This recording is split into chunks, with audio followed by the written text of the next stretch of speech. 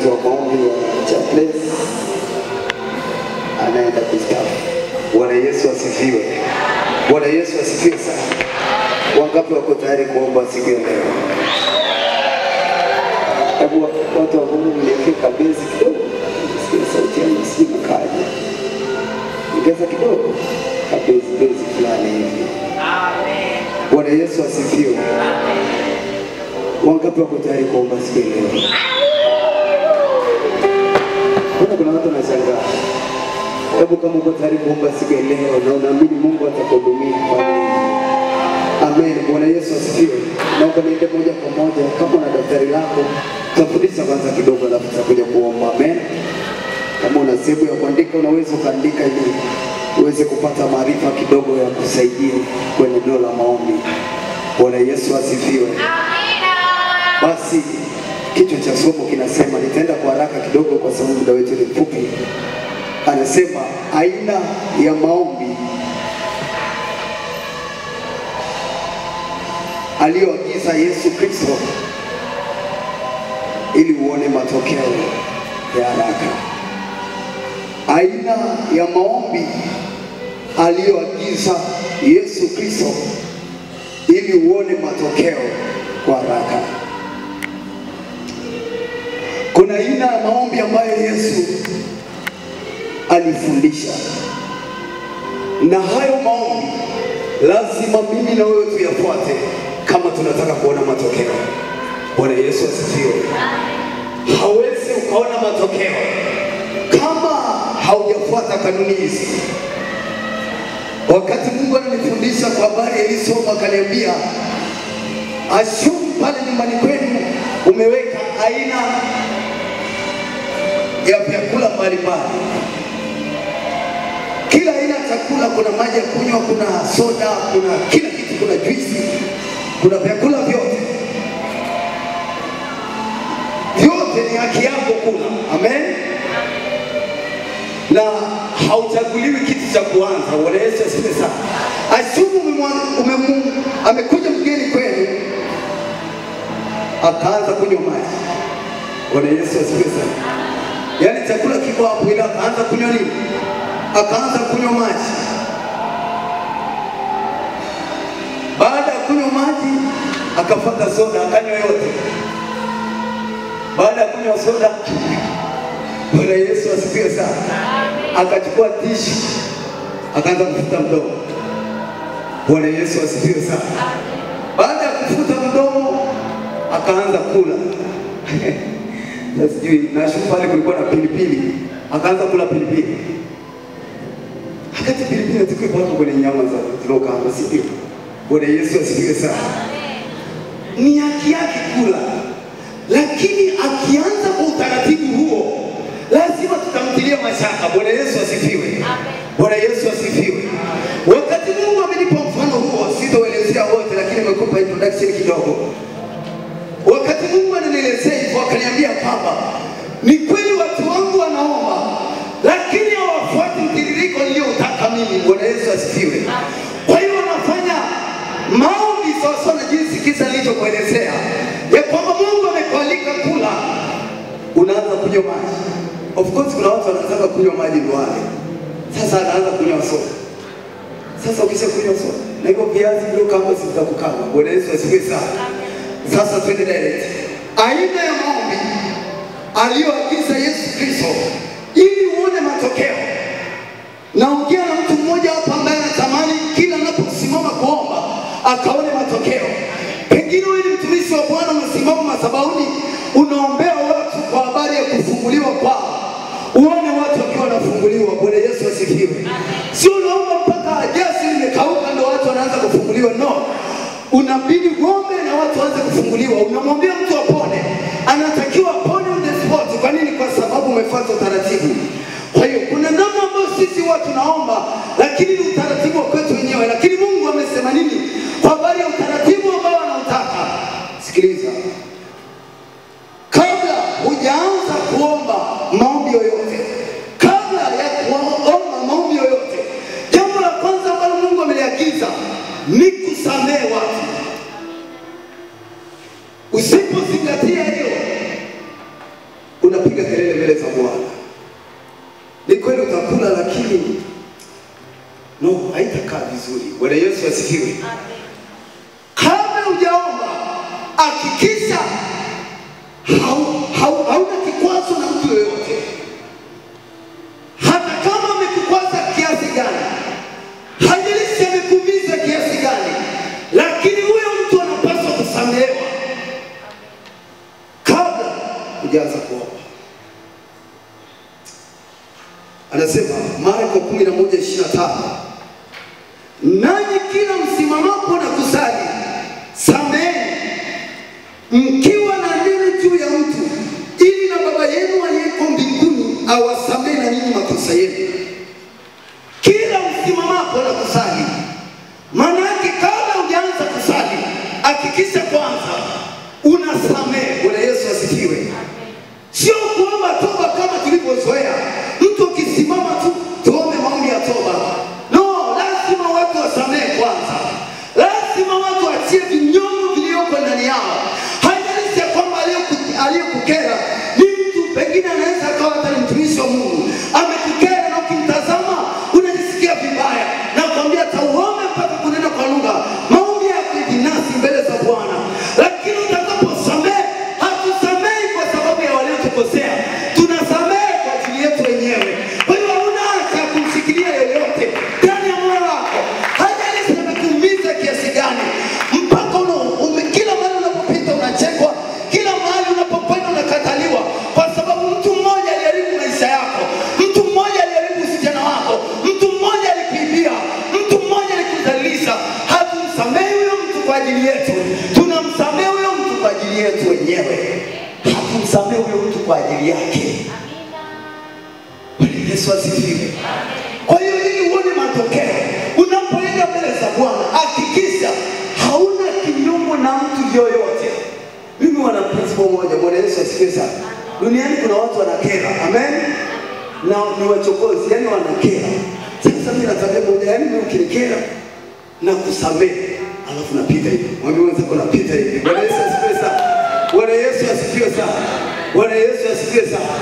Yani unamsamehe mtu, ukikutana naye unamsalimia vizuri, lakini kama nilikuwa nakushirikisha vitu vyangu sahau. Kama nilikuwa yani baada ya kukusalimia nilikuwa naongea mengine zaidi, sahau. Kwa nini? Nimegundua kwamba wewe ni kikwazo kwenye maisha yangu. Wewe ni kikwazo ambao utazuia uhusiano wangu na Mungu kuharibika. Kwa hiyo nitakupa salamu ambao nawapa watu wengine. Uwe na uhakika kuna mtu uko hapa. Ukienda kweli ukikutana na mtu, humsalimizi sawa na mtu uliyemzoea hapo. Uogope. Unampita wakati mwingine unampita. Mtu mwingine unakutana naye unampita. Kwani umetenda dhambi? Si mjui. Bwana Yesu asifiwe sana. Unaenda sasa sehemu mwezi mkutana na watu wa kweli, si watu wapi hata mjui. Kumbe ni mpendwa na ni kiongozi pengine, labda ni mzee wa kanisa na mjui. Unasema unampita tu. Sasa kwa nini? Ila ambaye unamjua na amekukosea, msalimia alafu pita. Unajua watu wanaogopaga nini? Nikilisamehe mtu nikiliambia labda nimemchumba nimekuumiza, si ndio? Bwana Yesu asifiwe sana. Mtu anakuwa na wasiwasi, nikilisamehe nitarudisha majeshi. Bwana Yesu asifiwe sana. Sasa wewe unamsamehe alafu hakuna access ya maongezi zaidi. Neno lako liwe ndio au hapana. Yanayosiri yanatoka kwa Mungu. Maana yake Bwana Yesu asifiwe. Amen. Anasema amen. Ndio nishaondoka hivyo. Bwana Yesu asifiwe sana. Bwana Yesu asifiwe. Kwa hiyo lazima ujifunze kabla hujaomba tunasamehe. Haijalishi mtu amekuumiza kiasi gani. Ni kweli watu hapo wanaumiza. Kuna mtu yuko hapa anaweza kusema mtumishi unaongea kitu gani? Nisiokuumizwa, nisiokuachwa. Bwana Yesu asifiwe sana. Lakini Mungu akanisaidia. Nikikutana naye Bwana Yesu asifiwe. Anaonyesha tabasamu kubwa kama nitarudi. Siwezi nikarudi tena. Bwana Yesu asifiwe sana. Kwa hiyo unasamehe alafu unapita hivi. Mwambie usiku unapita hivi. Lakini sio unamsamehe alafu unaweka kinyongo. Kuna watu wengine wanasema nakusamehe lakini sikusahau. No, sio hivyo. Bwana Yesu asifiwe sana. Wewe samehe alafu sahau. Amen. Alafu nikupe njia moja kwamba Mungu amekusamehe. Hiyo dhambi utaikumbuka. Nilihubiri siku moja mahali kwa habari ya dhambi ya uzinzi. Nikasema kwa mfano msichana nitasamehe. Mvulana wa kwanza kukutoa usichana wako ndio mume wako. Niligonga msomali hapo. Bwana Yesu asifiwe sana. Msichana mmoja akaniambia usijawahi mbili tena hiyo. Bwana Yesu asifiwe sana. Ndio kweli. Lakini sasa kama umeshaharibu kazi, ni lazima uombe toba mpaka umsahau huyo mtu. Lakini kanuni inasema kwamba msichana yule wa kwanza unakutana naye utakaa umsahau mpaka kaburini wanaposema. Na yamkini ni kweli bwana sio mzadi watu wazima. Bwana Yesu asifiwe sana. Huwezi msahau, ni kweli unanipenda lakini kuna kitu unakikumbuka. Kwa hiyo sitakubali. Bwana Yesu asifiwe sana. Bwana Yesu asifiwe sana. Yes. Mungu anisaidie sana. Nisahangaika sasa hivi wanafika 10. Yesu asifiwe sana. Yesu asifiwe sana. Mimi nakufundisha. Yesu asifiwe. Lazima uombe toba. Kiasi kwamba kisimama mtumishi hapa akianza kuhubiri kwa habari ya jambo kama hilo nililokueleza. Akisema watu wa namna hiyo usisikie kuhukumiwa ndani yako, ndio umesamehewa na Mungu. Lakini ukisikia kuhukumiwa ndani yako, pengine umesamehewa, lakini kuna madhara yalipita ndani yako. Bwana Yesu asifiwe sana. Bwana Yesu asifiwe. Yaani msikatike, nilikuwa siendi huko. Maana watu kwenye maombi kikatike upokee. Sasa naomba nimesamehe, nilikuwa nakusia tu. Nisamehe siku nyingine hiyo ndio zinakuja. Kisha naomba toba kama sijali. Kipigo humanity hapa, sio shetani.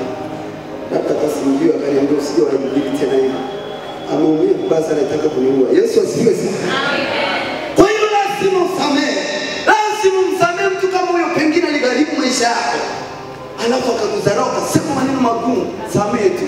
Yaani wewe samehe, Mungu ataleta watu wazuri katika jina la Yesu. Lazima usamehe. Yaani usiposamehe tutakuwa tunapiga kelele hapa mbele za Mungu. Anasemaje? Ili Baba yenu wa mbinguni awasamehe na ninyi makosa yenu. Yaani ni kama nini? Tuseme ndio kigezo, ndio kigezo kwamba usamehe ndipo na wafanyaje? Usamehe. Uwe na uhakika kama kuna mtu ana kinyongo hapa, hiyo ni tiketi ya kwenda motoni. Hata kama unanena kwa lugha hapa, una tiketi ya kwenda motoni tayari. Na hiyo tiketi inakukalisha kwenye kiti hata kama utaka cha kwenda motoni. Yesu asifiwe. Yesu asifiwe. Lazima vinyongo uachie. Lazima utangaze msamaha. Lazima utangaze msamaha. Ndipo Mungu utaona matokeo kwa haraka sana. Yaani kwa haraka, ni kitendo cha kugusa tu. Amen. Kwa hiyo jiandae, hilo ni ombi letu la kwanza kama ni watu wa ajenda. Jambo la pili, kabla hujaomba, hapa nazungumzia kabla hujaomba. Amen. Jambo la pili kabla hujaomba, imani isiyokuwa na mashaka. Jambo la pili hilo, ili uone matokeo ya haraka, imani isiyokuwa na mashaka. Ukisoma Yakobo 1:5-7 anasema, lakini mtu wa kweli akipungukiwa na hekima na aombe dua kwa Mungu awapae watu kwa ukarimu, wala hakemei, naye atapewa. Mstari wa 6, ila na aombe kwa imani pasipo shaka yoyote. Ila na aombe kwa imani pasipo shaka yoyote. Mstari wa 7, maana mtu kama yeye, kama yule, asizani ya kuwa atapokea kitu kwa Bwana. Yaani asizani ya kuwa atapokea kitu kwa nani? Kwa Bwana. Kwa hiyo jambo la kwanza nimekuambia, lazima utangaze msamaha. Amen. Yaani umeenda ni maombi ya mfungo, viongozi wa maombi mnisikie. Bwana Yesu asifiwe sana. Usianze maombi ya mfungo tumezoea. Tutaomba toba ya nchi, si toba ya kwa binafsi, si toba ya chuo, is right. Lakini leo nataka nikufundishe leo. Bwana Yesu asifiwe sana. Utaona toba ni ngapi? Toba ya kumwomba Mungu akusamehe ni ngapi? Sio ya kwanza. Sio ya kwanza. Kabla hujaomba utafanya hivi vitu. Utatangaza msamaha. Kwa hiyo kama ni siku ya kwanza ya maombi, lazima watu tangaze msamaha kwa ajili ya watu waliokosea. Lazima watangaze msamaha. Lazima watangaze msamaha. Kuna watu wanachukia hadi nchi yao. Tangaza msamaha. Bwana Yesu asifiwe sana. Bwana ningezaliwa Ulaya kuliko hapa. Nenda huko kwenye mabomu sasa uone. Bwana Yesu asifiwe. Asizani, maana mtu kama huyo asidhani ya kuwa atapokea kitu kwa Bwana. Maana yake Mungu anachotaka ni imani isiyokuwa na mashaka. Ninapozungumzia kwa habari ya imani isiyokuwa na mashaka, ni imani inayosikia, ni imani inayoongea, ni imani ya matendo. Bwana Yesu asifiwe sana. Imani inayosikia ya kwamba mtumishi amesema utapona, imani shaka kwamba nitapona.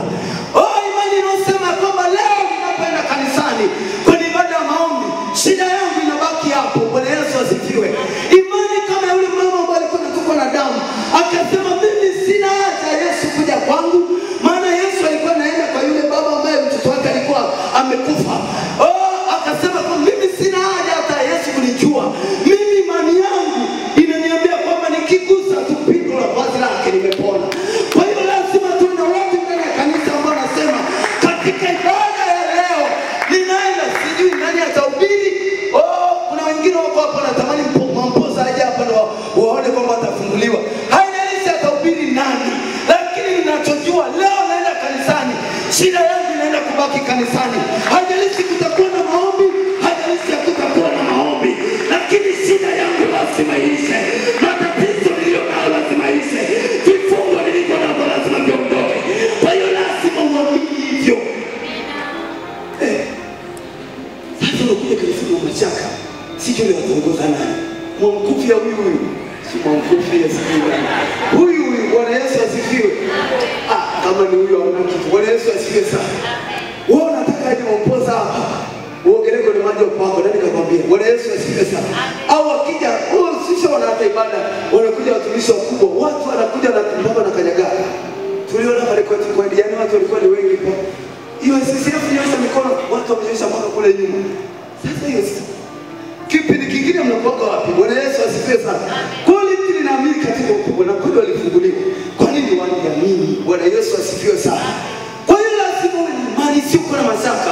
Ndugu yangu umepelekwa baharini, unaombea mtu mwenye pepo, lazima uamini na uone kwamba anafunguliwa. Umembandika mtu mkono anakuambia naumwa kichwa, ukibandika hivi, yani imani inataka ione kabisa kitu kinakarabatiwa, ile msiba inawekwa vizuri. Bwana Yesu asifiwe sana. Lakini unakemea mtu pepo mwenyewe unatetemeka, Mungu usifika kama atatoka. Ndio wale unakemea sasa pepo na kuangalia hivi, afu la kufanyia hivi, ninakucheka. Bwana Yesu asifiwe sana. Maji sisogeni huku, umeshindwa. Bwana Yesu asifiwe sana. Alafu kitu kingine, shetani anapenda kuangalia imani ya mtu. Amen. Je, unaamini kwamba unaweza kutoa? Kiongozi wa ng'ombe kwa kuna pepo lisumbufu hapa. Na mmoja aliniambia Mbomero yule, baba akimbia watu, asema yeye mimi nimwambia nimekimbia kabisa, ile pepo alieleweki. Unakemea na kukemea, usikuta na ile pepo. Bwana Yesu asifiwe. Shika na wewe. Toka majina ya Yesu. Nani linafuatisha hivi? Kwa nini? Likiangalia imani yako ina mashaka, sema mashaka. Yaani imani, unaweza kuwa na imani lakini shetani akakupa mashaka, usitarajie kupata. Mtu anaingia kwenye mtihani, anaamini atafaulu kwa sababu alifunga, lakini ana mashaka. Usitarajie kwamba utapata kitu kutoka kwa Bwana, amesema. Yaani usitarajie, na kale imani toka kabisa. Usitarajie, unajua maana usitarajie. Unamfuata msichana kwa kukustarajia kama atakupenda maisha. Wewe ndio tukone tukapate wingi. Bwana Yesu asifiwe. Haya, naomba tuende haraka leo maombi jamani. Kwa hiyo kabla ya kwanza maombi, jambo la kwanza samehe. Jambo la pili, jenga imani ya kwamba ninapoenda kuomba kitu moja kitatokea, kitu cha pili kitatokea, jambo hili linaisha, mambo haya yatatokea kwenye maisha yangu. Jenga imani kabla hujaomba. Ibada njema inaanzia wapi? Ni nani leo alisema kwamba kwenye ibada ya maombi shida niliyo nayo itaondoka? Usije ukanyosha mkono. Nitakutumia malaika kuchapa fimbo. Ulizeni English pale anachua. Bwana Yesu asifiwe sana. Na jamaa leo mfanye hivi. Unatalipa fimbo mkongo hapa sasa hivi. Bwana Yesu asifiwe. Nyosha mkono kama ulifanya. Ulijiambia kwenye ibada hii ya maombi, leo lazima nipone shida niliyo nayo. Leo lazima Mungu akaseme na mimi. ulijiambia kabla hujaja hapa, nyosha mkono juu. Asante Yesu ni mmoja. Kweli somo linawafaa. Yesu asifiwe. Ni mmoja. Mama jiandae. Utapokea katika jina la Yesu. Kwa hiyo wengine wote hatujajiandaa. Yaani tunakuja Alhamisi ni siku Jumatatu ni siku ya maombi na maombi. Amen. Sasa unakuja kukutana na nini sasa? Hivi kabla appointment unaweza kwenda? Bwana Yesu asifiwe sana. Bwana Yesu asifiwe sana. Lazima upewe appointment hapo nufanye. Ni kweli Yesu kwa maana walipo wawili watatu kwa ajili ya jina lake yuko katikati yetu. Lakini una appointment nini? Hauna. Sikia neno la Bwana likakuokoa. Utaifahamu kweli na kweli itakuweka huru. Kwa hiyo kabla uingie kwenye maombi, kabla unaenda kwenye nyumba ya ibada, hakikisha unasemesha nafsi yako, hili na hili leo linaenda kuisha. Haijalishi kwamba maombi yatakuwepo, haijalishi mtumishi ukoje, haijalishi ni nani ataongoza, haijalishi, lakini nitakapokanyaga wanaitwaje hapo? Sietafua haya mtajua ndio sietafua. Nitakapokanyaga sietafua. Siku mnapohitaji mkata kuniambia. Kwa hiyo nitakapokanyaga hapa shida yangu itakuwa imefanyaje? Imani sio kwa mashaka. Haya twende sasa. Tuachane hapo. Hapo ilikuwa kabla ya kuomba. Twende sasa kwenye maombi yenyewe. Andika maombi aliyoagiza Yesu yanapaswa kufuata mtiririko ufuatao au mtiririko huu. Maombi aliyoagiza Yesu yanapaswa kufuata mtiririko huu. Utaandika Mathayo 6:8-12. Mathayo 6:8-12. Mathayo 6:8-12. Nitasoma. Mstari wa 8. Sijaanza kukutajia hayo maombi mtiririko wake. Lakini mstari wa 8 unasema, basi msifanane na hao, maana Baba yenu anajua mnavyovihitaji kabla ninyi hamjamuomba. Basi msifanane na hao, maana Baba yenu anajua mnavyovihitaji kabla ninyi hamjamuomba. Kwa hiyo Yesu alifundisha namna ambayo yeye anatamani watu waombe. Akasema basi ninyi msifanane na hao. Sio kwamba hao waliotajwa kwenye Biblia ni wale ambao hawamjui Yesu au ni watu waliookoka lakini walikuwa nje ya Yesu. Amen. Ambao wale ambao walikuwa wanafuata taratibu za agano la kale. Wale ambao walikuwa naomba lakini walikuwa wanaomba wanaanza huko wanarudi huko wanaenda kule. Bwana Yesu asifiwe. Lakini akasema ninyi msifanane na hao. Kwa sababu Mungu anajua mnavyovihitaji. Mstari wa chini yake akasema basi hebu niweke hapo maana sijaona.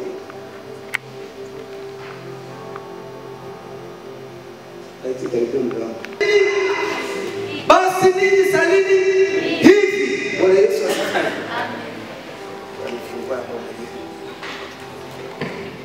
Basi ninyi salini hivi. Hauna Biblia nyingine ya mtumishi? Biblia yako inatabia tu Kiswahili, sio physics na kingine.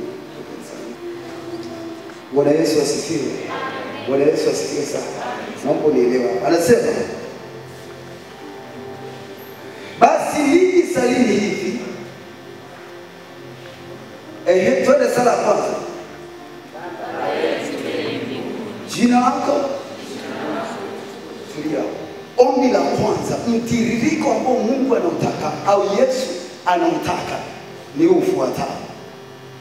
Ombi la kwanza kabla ya maombi mengine yoyote.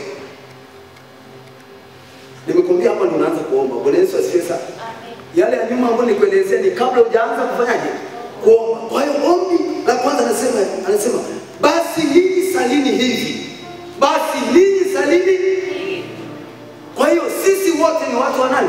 Wa Kristo. Bwana Yesu asifiwe sana. Kwa hiyo lazima tufuate sawasawa na Yesu alivyosema. Sio sisi tunaombaje, sio taratibu zetu. Kwa hiyo ili uone matokeo lazima ufuate Yesu amesemaje. Amesema basi ninyi salini hivi. Ombi la kwanza. No. Sikiliza sasa. Ombi la kwanza unapaswa kuanza kwa unaanza kwa kuomba. Unaanza kwa kumtukuza Mungu kwa maneno yako. Unaweza kuandika hivi. Unaanza kwa kumtukuza Mungu kwa maneno yako.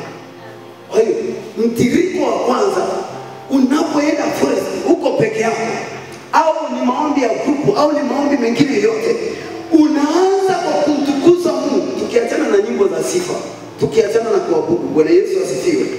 Sifa na kuabudu zinamwandaa Mungu kuwepo, zinaandaa uwepo wa Mungu. Kwa nini? Mungu anasemaje? Anakaa katikati ya nini? Ya sifa. Maana tunapoimba sifa, Mungu anashuka kukaa pamoja na sisi. Amen.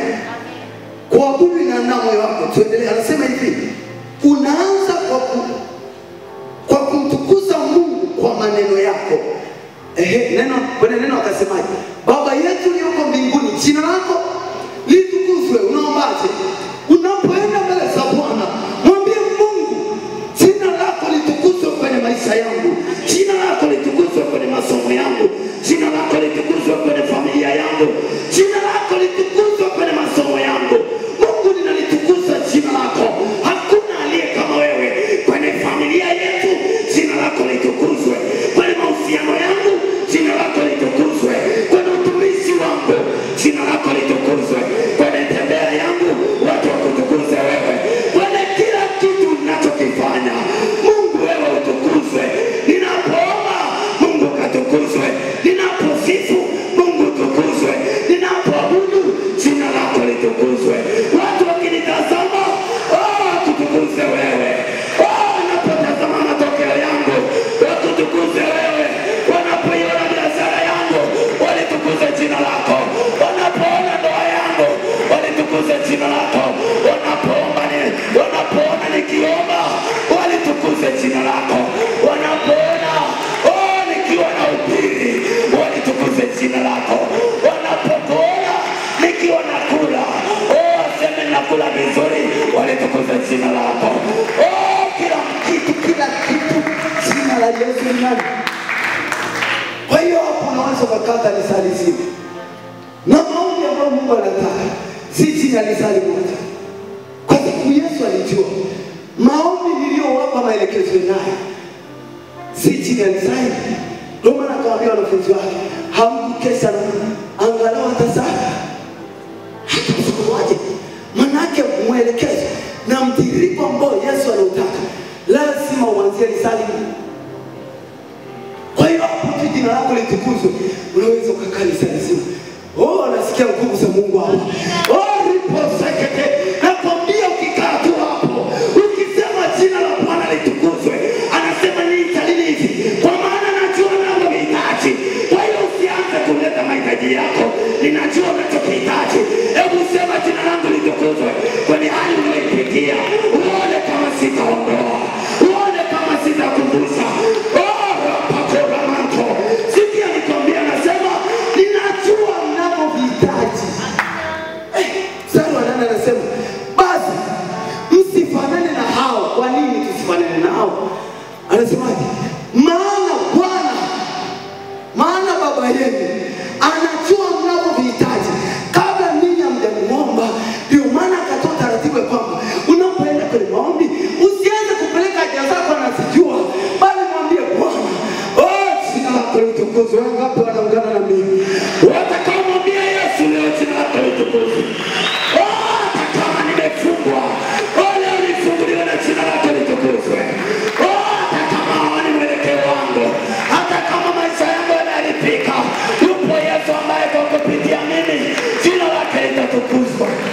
Kwa hiyo lazima mtiririko wako, lazima ombi la kwanza, lazima uanze kumtukuza Mungu kwa maneno yako. Kila kitu unachokifanya, hadi sura yako watu kitazama, mtukuze Mungu. Mungu najua kuomba, jina lako litukuzwe. Yesu asifiwe. Akijaribu kusogelea na kuta, Bwana ni kama moto. Huyo ni mtu mbaya. Bwana Yesu asifiwe sana. Yana kuone mbele, sawa, alafu mbele nini? Sijui haya.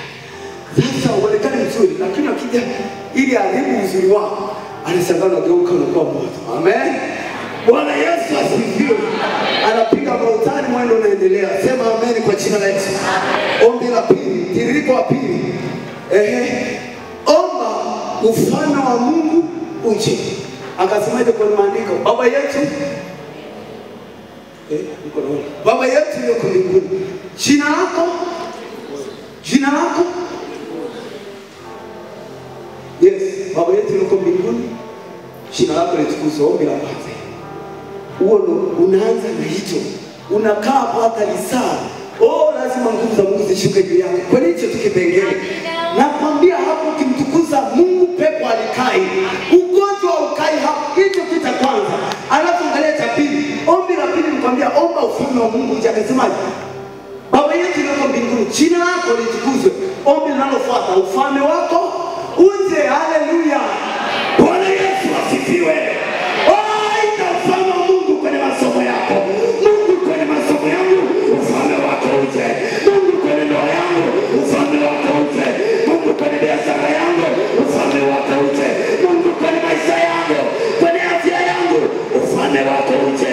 Ufalme wako uje. Kwa hiyo utakaa hapo muda mrefu ukiomba ufalme wa Mungu uje. Ni kwenye ugonjwa, mwambie kwenye ugonjwa wa kichwa, ufalme wako uje. Uone kama ugonjwa utakaa. Ni kwenye mitihani yako, ufalme wako uje kwenye mitihani yangu. Ni mahusiano yako yaeleweke, itafanya Mungu hapo. Menelewa? Amen. Tiririko wa tatu. Unaendea haraka. Ombi la tatu tuomba hivi. Mapenzi ya Mungu yafanye. Hapo unakaa. Kwa hiyo, yani kipengele cha kwanza ni lisali moja. Cha pili lisali lingine. Mapenzi ya Mungu yatimizwe. Kila mahali. Bwana Yesu asifiwe sana. Bwana Yesu asifiwe. Yani kilicho cha Mungu ndio kifanyaje? Kitimizwe. Na kwa nini nitakuelezea kwa nini huu mtiririko mwende? Alafu kinachofuata nini? Mapenzi yako yafanyaje? Hapa duniani na kama uko mbinguni ni ombi moja, si ndio? Twende mheshimiwa. Ni sawa. Kwa hiyo ombi la 4 unapeleka mahitaji yako. Mwambie mwanza andika hapo. Unaomba mahitaji au unapeleka mahitaji? Kwa hiyo kuanzia hapo kushuka chini na nusu mimi. Bwana Yesu asifiwe sana. Ila kuanzia ombi la ngapi? Kuanzia ombi la kwanza na la pili, si ndio? Na la tatu inahusiana na ufalme wa Mungu. Bwana Yesu asifiwe. Sasa ngoja nikwambie. Mapenzi ya Mungu hayawezi kutimizwa nje ya ufalme wa Mungu. Kuna mtu amenielewa hapa? Kwa hiyo ombi la kwanza tutaanza kumtukuza Mungu. Ombi la pili tutaita ufalme wa Mungu. Kwa nini Mungu amepangilia hivi? Au Yesu ametupigia siri? Kwa nini tupangilie hivi? Jambo la kwanza, nitamtukuza mwenye ufalme. Alafu ataleta ufalme. Akileta ufalme, mapenzi ya ufalme yatatimizwa. Mapenzi ya ufalme yakitimizwa, nikipeleka mahitaji yangu kwenye ufalme yatatimizwa. Kuna mtu mmoja amenielewa hapa? Bwana Yesu asifiwe. Kwa hiyo palipo na ufalme wa Mungu, shetani hawezi kukaa. Palipo na ufalme wa Mungu kuna majibu yako. Kwa hiyo huwezi ukaanza kuomba, mtu tunaanza toba. Ngoja utaona toba ilipoko. Mwishoni kabisa. Yaani hapo hatujaanza kuomba toba. Yaani si Mungu naponisamee, niliiba kalamu. Hasi kinamhusu nini Mungu? Bwana Yesu asifiwe sana. Yaani tu akumhusu Mungu, uliiba kalamu. Si shida zako. Bwana Yesu asifiwe sana. Bwana Yesu asifiwe sana. Wewe utakuja kuomba toba ukimshona wakati unataka kumpiga shetani. Bwana Yesu asifiwe sana. Sasa Mungu na kalamu wapi na wapi? Mungu nilimfyonza, hasa na msulini Mungu. Yaani Mungu na kumfyonza mtu ni wapi na wapi? Bwana Yesu asifiwe. Naomba toba leo sijawahi ibadani. Sasa inamhusu nini Mungu? Bwana Yesu asifiwe sana. Hiyo ni papasi ya kwako mwenyewe, ila sio papasi ya Mungu. Ndio maana lazima hatuwezi kuanza na toba. Ila ili Mungu uwe na access ya kuwa karibu na Mungu, lazima usamehe wote. Amen. Ukishawasamehe, ushakuwa mtu wa Mungu. Hata kama umekosea, kwa sababu sikiliza, ukiwasamehe Mungu anajua unachokihitaji. Kama anajua unachokihitaji, manake tayari na yeye ashakusamehe. Bwana Yesu asifiwe sana. Utusamehe sisi kama tunavyosamehe. Manake ni kitendo utusamehe nishasamehewa. Utusamehe sisi kama manake mimi nikishasamehe nishasamehewa. Do you know? Do you understand? Eleweka. Bwana Yesu asifiwe. Bwana Yesu asifiwe. Alafu hapo kuna mapenzi yako. Mungu mapenzi yako yatimizwe. Mungu mapenzi yako yatimizwe. Ufalme wako uje. Nilikuwa nataka kusema nini nimepotea. Haya, tuendelee. Ombi la 4. Ninataka mtu mweusi. Mungu kiletea mtu mweupe sitaki. Bwana Yesu asifiwe. Kwa hiyo hapo Mungu anakusikiliza wewe. Lakini ufalme wa Mungu ni kukupa mtu sahihi. Mrefu, mwembamba, mnene, mfupi, sijui. Hiyo ni kazi yako wewe. Alafu wanakesha wanaomba forest, wanaomba wachumba, utamuona na kwambia. Toto tunakimbizwa na ng'ombe. Bwana Yesu asifiwe. Omba mapenzi ya Mungu. Omba alafu atapitishwa. Bwana Yesu asifiwe sana. Natamani kuingia huko lakini ningekupa kwa nini usiende forest ukaomba Mungu akuonyeshe. Hawezi kukuonyesha. Ila kwa wanaume huwa wanapitishwa. Wanafanyaje? Wanapitishwa. Siku nyingine Mungu atupeleke. Acheni na huko. Unasikia kuchumikia. Amen. Bwana Yesu asifiwe sana. Amen. Unapeleka mahitaji yako mbele za Mungu. Mahitaji yako ombi la ngapi? Ombi yako ombi la ngapi? Sasa baada ya hapo msada ile. Nenda tupeleka Mungu na imani. Fika tu pale. Ajenda kwanza. Mungu watatu. Kuna kitu hata kueleweki. Mungu angalie nini mapenzi yako unayaomba. Bwana Yesu asifiwe. Oh, unaita ufalme wa Mungu ili ukae ndani ya ufalme. Nikiwa ndani ya ufalme wa Mungu, mimi ni mtoto wa mfalme. Bwana Yesu asifiwe. Kwa hiyo siwezi nikapeleka mahitaji yangu au nikaomba chochote. Oh, nikakataliwa. Roho ya kukataliwa itakadri yangu. Bwana Yesu asifiwe. Kwa nini? Kwa sababu ni mtoto wa mfalme. Oh, Bwana Yesu asifiwe. Bwana Yesu asifiwe. Ukiwa nje ya ufalme nani atakukubalia? Yaani binti usikubali kabisa. Tukutanie ndani ya Yesu. Biblia inasema ndani ya Yesu tunakaa. Si ndio? Hebu mtafute mchumba wako ndani ya Yesu. Bwana Yesu asifiwe sana. Mtafute kwani ndani ya Yesu tunakaa wote. Kaeni ndani yangu na mimi wapi?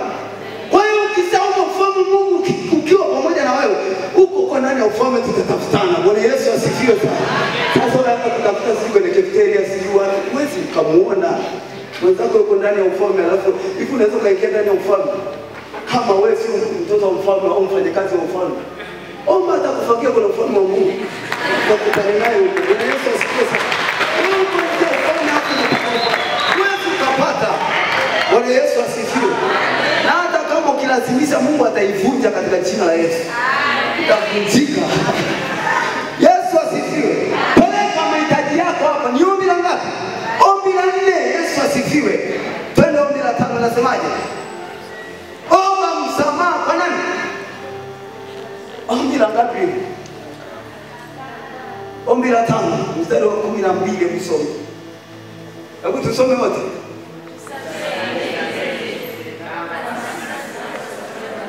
Sasa hapo unakuwa access ya kuomba nini? Nakuomba toba mbele za Mungu. Utusamehe dhambi zetu. Mungu nilibaka nini? Amen. Mungu nilifanya nini? Amen. Mungu lelelele nisamehe. Yesu asifiwe. Toba ndo hapo unaomba. Ombi la ngapi? Ombi la 5. Kwa nini uombe toba? Kwa sababu Biblia inasema kwa kila atendee dhambi ni nani? Ni ibilisi. Bwana Yesu asifiwe sana. Kwa hiyo hapo sasa ndio tunaingia na toba, lakini haya mambo mengine yote ajue ushafanyaje? Ushaona tangia kabla ulishasamehewa, ila hapo tunaomba tu kama kuonyesha Mungu unyenyekee. Bwana Yesu asifiwe. Lakini sio kwamba hujasamehewa, ulishasamehewa, ila tunaonyesha Mungu unyenyekee. Ndio maana Yesu alishakufa tangia kabla ya kuumbwa kwa ulimwengu. Ndio maana alimshinda Shetani kwa damu ya mwana kondoo na kwa neno la ushuhuda wao, si ndio? Maana damu ya mwana kondoo ni damu ya Yesu. Yesu alishakufaga huko na damu yake ilikuwepo. Bwana Yesu asifiwe. Lakini alikuja duniani kudhihirisha. Mwambie mwenzako unapoomba toba, mishoni na dhihirisha tu. Lakini nimeshasamehe.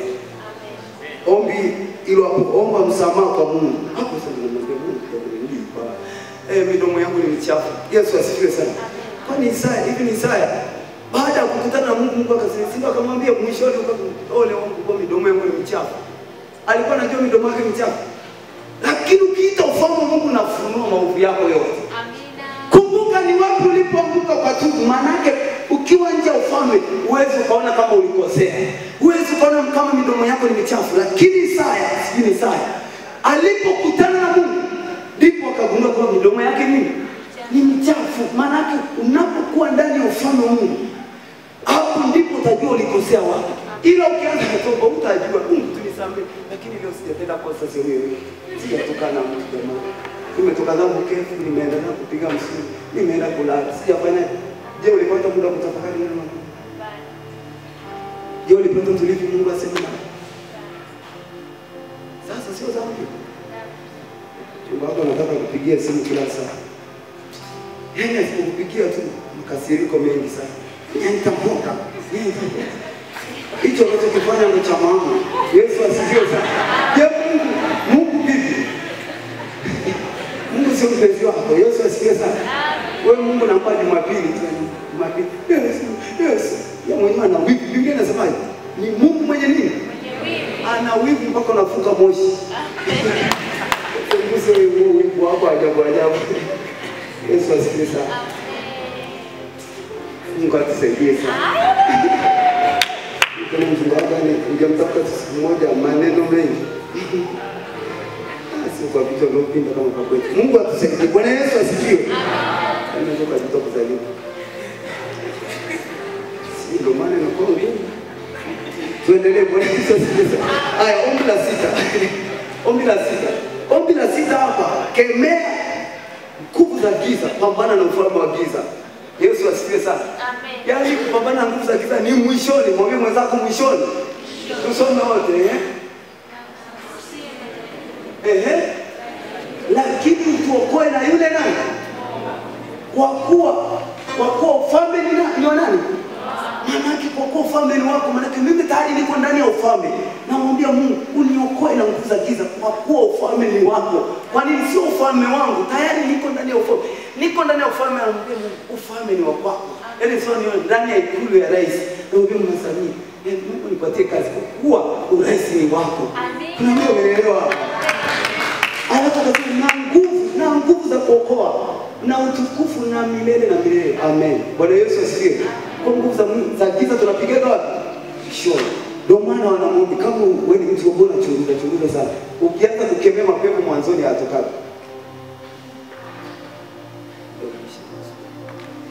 Simama kwa miguu yako. Bwana Yesu asifiwe. Lakini mshukuru Mungu nimemaliza. Hata tusipoomba, ukiomba mwenyewe utaona majibu katika jina la Yesu. Ukiomba mwenyewe utaanza kuona majibu katika jina la Yesu. Sasa tutaanza kuomba Mungu. Nilikuwa natamani leo kama muda ungekuwa mrefu. Simwandaga na hiki jamani mkiita na kwani sisi watumishi tunachomekea mpaka t-shirt. Yesu asifiwe sana. Angalia gari hiki tukapige kazi. Bwana Yesu asifiwe sana. Amen. Yaani mpaka walivyo hapo kubwa. Mpaka watu wa kamera hiyo hapo. Kwani kuna kitu tena?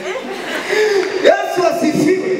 Kwani nilikuwa natamani tungeomba kwenye mtiririko huu na kwambia tungechimbika hapa. Yesu asifiwe. Ila tukaombe maombi mawili tu. Baba yetu yuko mbinguni, jina lako litukuzwe. Alafu tukaombe mapenzi ya Mungu. Ufalme wako uje.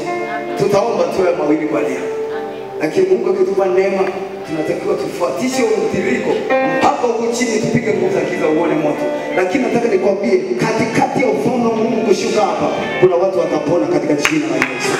Katikati ya ufalme wa Mungu kushuka mahali hapa, kuna mtu mzazi wako atapona kule nyumbani. Kwenye masomo yako ambayo yaeleweki. Pengine ni mtihani. Kuna matokeo unayosubiria. Sijui kama umepata, lakini kuna kitu Mungu atafanya. Kwa maana ukiwa ndani ya ufalme, Mungu atafungua milango.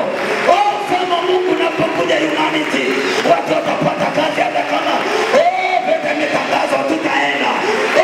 Humanity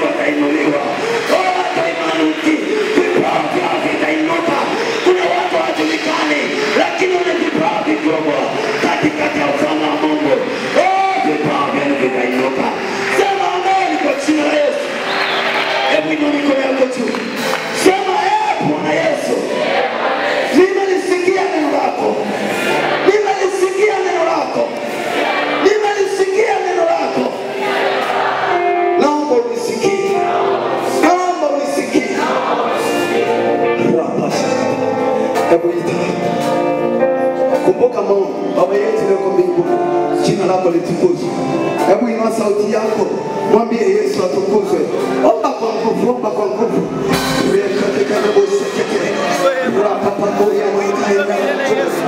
Yes, rapako ropo sekete. Rapako ropo sekete. Riki kakaraba saka. Ropo sekete. Rapako rapa sakata. Rapako rapa saka. Ripopo. Rapako rapa saka. Mwambie Bwana. Mwambie Bwana. Jina lako litukuzwe kwenye maisha yangu. Jina lako litukuzwe.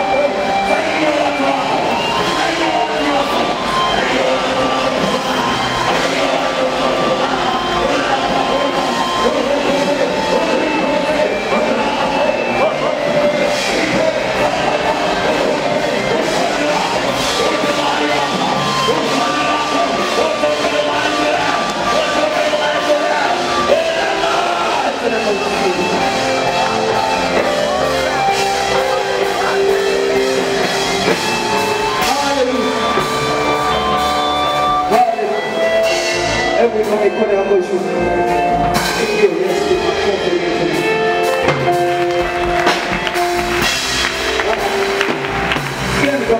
Zoezi moja tunalifanya.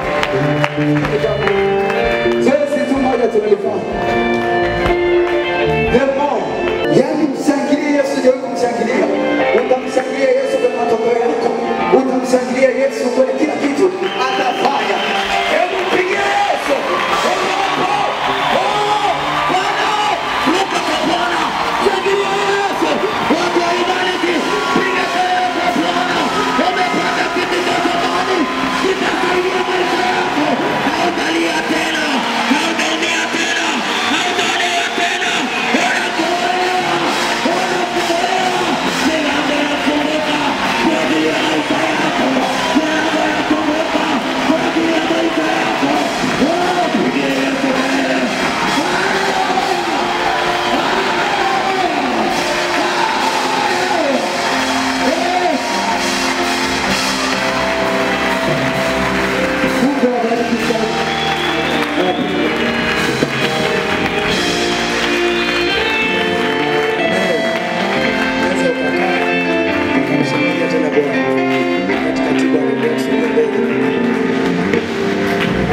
Bwana asifiwe. Kama ukwepo outreach unaweza kuchelewa kuelewa. Bwana asifiwe. Lakini kama ulikuwepo outreach toka mwanzo tulikuwa tunaelewa vizuri. Bwana asifiwe. Kuna mambo kadhaa ya kumshia mara moja. Leo tulikuwa tukisoma 16, 17 na 18 Zaburi. Kesho kuanzia 19. Alafu jambo lingine ambalo tunaliongeza, tuna agenda ambayo tunaomba watu wa Forest wanaelewa, agenda ya kujiombea ulinzi. Sasa tumetamani kila mmoja hii agenda haifanye